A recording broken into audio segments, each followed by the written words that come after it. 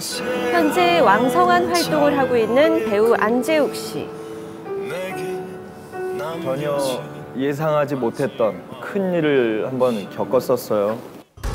미국 휴가 중에 일어난 뇌출혈 사고로 인해 당시 많은 이들을 놀라게 했죠.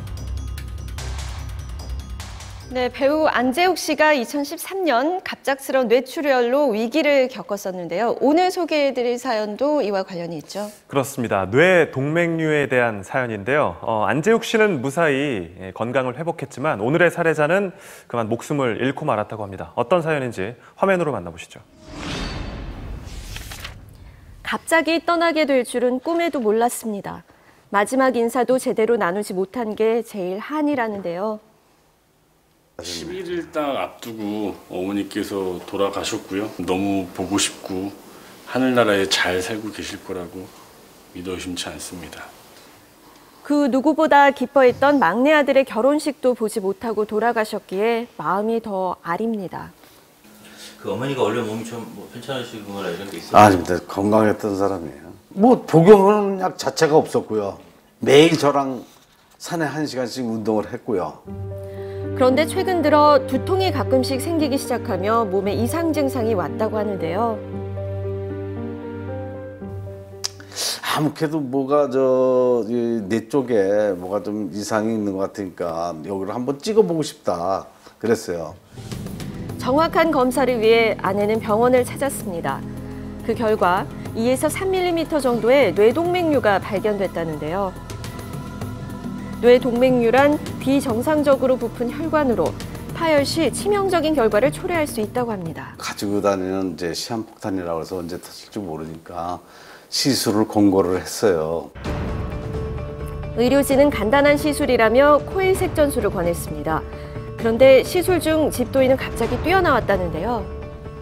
손이 막 사시나무들도 떨었습니다. 떨면서 하는 말이 지금 많은 출혈이 생겨서 빨리 수혈을 해야 되고 수술을 해야 된다. 하지만 수술 중 문제가 발생합니다. 뇌동맥이 파열되며 출혈이 생겼고 이 출혈을 멈추기 위해 결국 응급수술까지 하게 됐다는데요. 하지만 상태는 호전되지 않았고 결국 사망에 이르렀습니다. 건강한 모습으로 아들의 결혼식에 가기 위해 시술을 결심했던 어머니. 결국 어머니의 자리는 큰어머니가 대신했습니다. 그다음에 며느리. 그런 정도만 참 더 있어줬으면 했는데. 축복받은 그런 날이었지만 뭐 상당히 힘들었습니다. 울지도 못하고 웃지도 못하는 상황이었고. 오늘은 신경외과 전문의 이경석 선생님께서 말씀해 주시겠습니다. 자, 선생님, 손일순 씨에게서 발견된 뇌동맥류 어떤 건가요? 네, 뇌동맥류는 뭐냐면요, 머리 혈관에 동맥 중에서 혈압 때문에 시간이 흐르면 흐를수록 풍선 모양으로 계속 부풀어 오르는 그런 질환을 뇌동맥류라고 저희가 표현하는데요. 다쳐서 생길 수도 있고요. 아니면 혈관에 염증이 생겨가지고 그 후유증으로 생길 수도 있습니다만 어느 것 하나 명확하지 않아요. 하지만 네? 확실한 것은 스트레스, 고혈압, 운동 부족 이런 것 때문에 악화가 될 수는 있습니다. 뇌 속의 시한폭탄이다 이렇게 불리기도 하는데 뇌동맥류가 그 정도로 위험한 건가요? 제가 보기에는 시한폭탄보다 더 위험해요. 시한폭탄은 언제 터진지 알 수 있지 않습니까? 시간이 정해져 있으니까. 그런데 이 뇌동맥류는 정말 언제 터질지 알 수가 없거든요. 일정 수준, 위험 수위에 넘어가게 되면요. 터질 확률이 한 80~90% 이상 되고요. 그럴 경우에는 사망률도 역시 매우 높은 질환입니다. 어떤 시술을 받은 거죠, 환자가? 시술의 이름은 코일 색전술이라는 시술인데요. 사타구니 동맥의 구멍을 뚫고요. 얇은 카테터를 집어넣은 다음에요. 뇌에 있는 혈관까지 올라가게 됩니다. 그 이후에 뇌 동맥류가 이렇게 보이죠? 네. 카테터를 집어넣은 다음에요. 얇은 코일을 가득 채우는 시술입니다. 네. 이렇게 코일을 가득 채우게 되면은 코일 주위로 피떡이 엉겨 붙으면서 나중에는 이 뇌동맥류 안을 가득 채워서요. 피가 안 들어가게 되겠죠. 그럼 피가 안 들어가니까 당연히 터질 확률이 많이 감소하는 그런 원리를 가진 시술입니다. 그런데 이 살해자는 이 시술을 받다가 사망에 이르렀잖아요. 코일 색전술 상당히 위험한 것처럼 보이는데 어떤가요? 정확한 표현은 어려운 시술이지. 예, 요즘은 많이 기술도 많이 발전했고요. 기구도 많이 발전했기 때문에 그렇게 위험한 시술은 아닙니다. 네. 네. 그런데 가족들은 어머니가 사망하게 된 원인이 병원의 실수 때문이라고 주장하고 있습니다. 여기 나와 있어요. 여기 보면요. 녹취록에 나와 있어요. 녹취록에. 여기 나와 있습니다. 예. 사고가 있은 후 의료진은 사고 경위에 대해 자세히 설명해줬다고 합니다. 이게 다 잘 됐는데 나중에 이제 그 철선을 빼는 과정에서 이 뾰족한 부분이 내 혈관을 치면서 터지면서 출혈이 시작됐다. 이게 명백한 의료사고입니다. 이건 있을 수 없는 일이에요. 암만 부인할래야 부인한다고 될 일이 아니에요. 이거는. 병원 측은 검사 중 뇌동맥류 소견이 발견돼 코일 색전술을 하게 되었고 시술의 최종 단계를 시행하는 과정 중 출혈이 발생했다고 합니다. 또한 출혈 후 바로 응급처치를 해 출혈량이 증가하진 않았지만 안타깝게 사망에 이르게 됐다고 제작진에게 알려왔습니다. 그런데 가족은 한 가지 의문점이 더 있다고 합니다. 바로 시술이 꼭 필요했냐는 점이었는데요. 위험성에 대한 소지도 있지만 그냥 놔둬도 이제 보존할 수 있는 상황도 있기 때문에 좀 많이 안타깝게 생각이 듭니다. 형제들. 목숨을 잃을 수 있을 정도로 위험한 시술이었다는 걸 한 번 더 인지시켜줬다면 어땠을지 가족은 아쉬움이 남는답니다.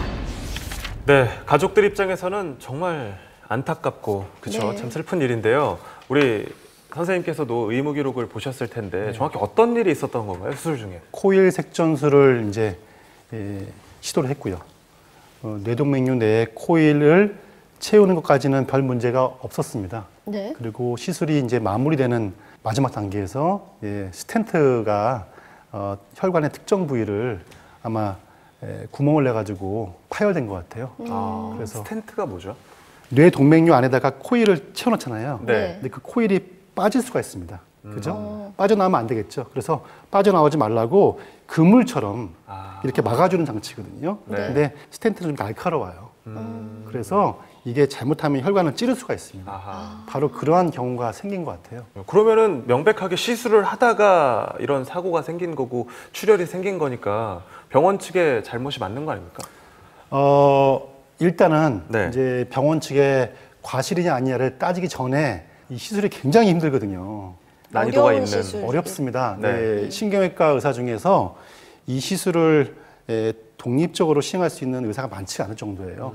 그 어려운 시술이다 보니까 사람이 가진 한계 때문에 사고는 생길 수가 있거든요. 네. 자, 이 사고를 과실로 볼 것이냐 아니냐 여부는 좀 더 자료를 좀 더 보고 그다음 그 당시 상황을 좀 더 알아야 될 것 같습니다. 변호사님이 보시기에는 어떠세요? 네, 코일 색전술이 굉장히 그 힘의 조절이 이제 조심해서 해야 되는데 이 사건 같은 경우에는 과도한 힘을 줘서 혈관이 파열된 것으로 보여지기 때문에 과실 책임을 물을 여지가 있어 보입니다. 네. 실제로 이와 유사한 사례 중에서 병원에 과실로 인정한 경우가 있었다고 들었는데요. 네, 그렇습니다.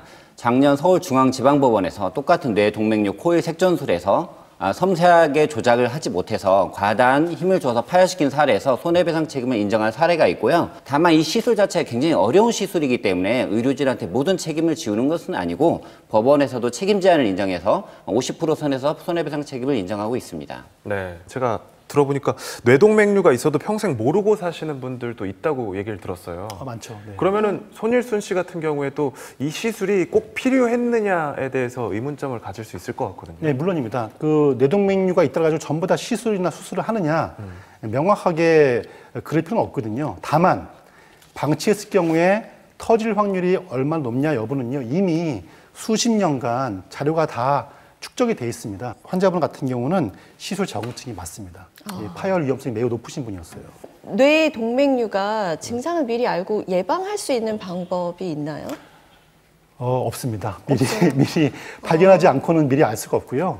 가장 좋은 것은 사전 검사입니다. 그 검사는 어떤 검사죠?